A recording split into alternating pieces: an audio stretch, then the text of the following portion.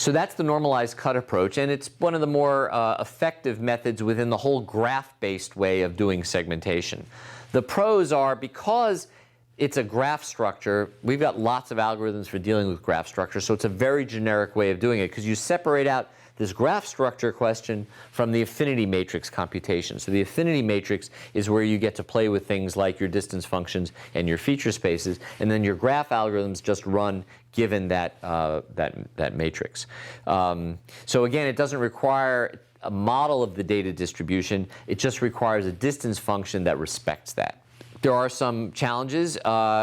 In general, the complexity of dealing with this can be pretty high, because you now have these matrices that are essentially n by n, where n is the number of pixels. So you want to be careful exactly how you manage that complexity.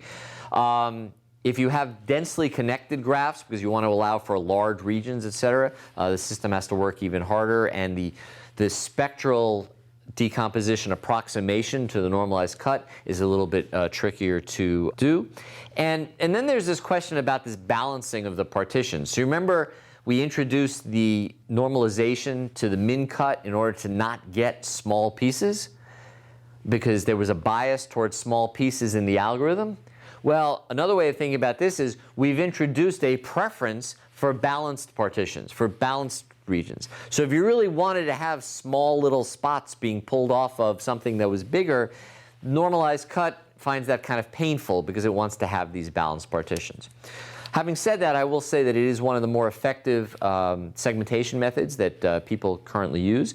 And I think it's because it has this nice dissociation between the affinity matrix computation and the graph segmentation method.